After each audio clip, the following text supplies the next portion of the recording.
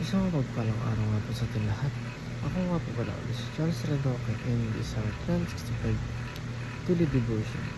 So ngayong araw nga po ay ang tatalakayan natin na naman sa Joseph's Life. Kaya ang topic po natin ngayong araw ay Colorful Life.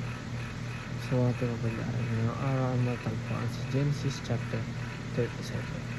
And ang sabi po rito ay nanirahan si Jacob sa lupain kung saan tumira ang kanyang ama sa lupain ng Kanaan. Ito ang salaysay tungkol sa pamilya ni Jacob. Si Jose na may 17 taong gulang ay nagpapastol na kawan kasama ng kanyang mga kapatid.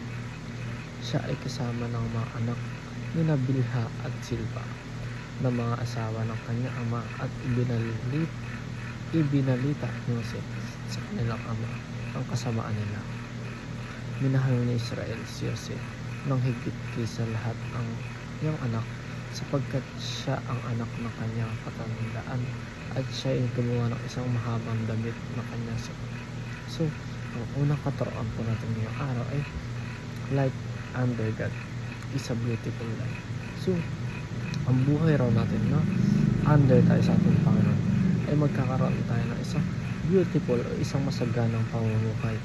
Kung meron tayong buhay na kasama natin ang ating Panginoon, tayo ay sumasamba, tayo ay nananampalataya sa ating Panginoon, may ipapakita rito na tayo ay merong beautiful life o isang masaganang buhay dahil nga kasama natin ang ating Panginoon at hindi tayo malayo sa Kanya. So, ang pangalawa naman po sa ating katuruan ay life flourishes through pain and suffering. So, ang buhay daw natin, pina-flourish nito o dito na ipapakita kung paano pagandahin ang buhay natin sa pamamagitan ng pain and suffering. So,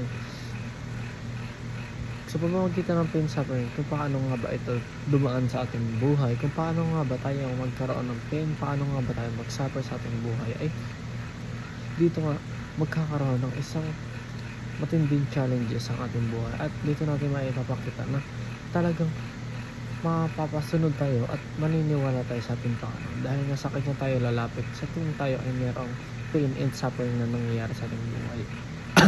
So, pinoflourish ang buhay natin o binabago ang buhay natin sa pamamagitan ng pain and suffering. And ang last naman po sa ating katuruan, life is meant to glorify the life giver. So, ang buhay daw natin, nakatadhana raw ito upang i-glorify natin kung sino nga ba ang nagbigay ng buhay natin. Nung sa gayon ay sino nga ba nagbigay ng buhay natin? So, dapat ang i-glorify natin, dapat i-glorify lang natin ang ating Panginoon dahil nga siya ang nagbigay ng buhay sa atin at hindi na at wala nang iba pa. Kaya dahil nga nakatadhana ang ating buhay upang i-glorify kung sino nga ba ang nagbigay ng buhay natin at ito ay ang ating Panginoon.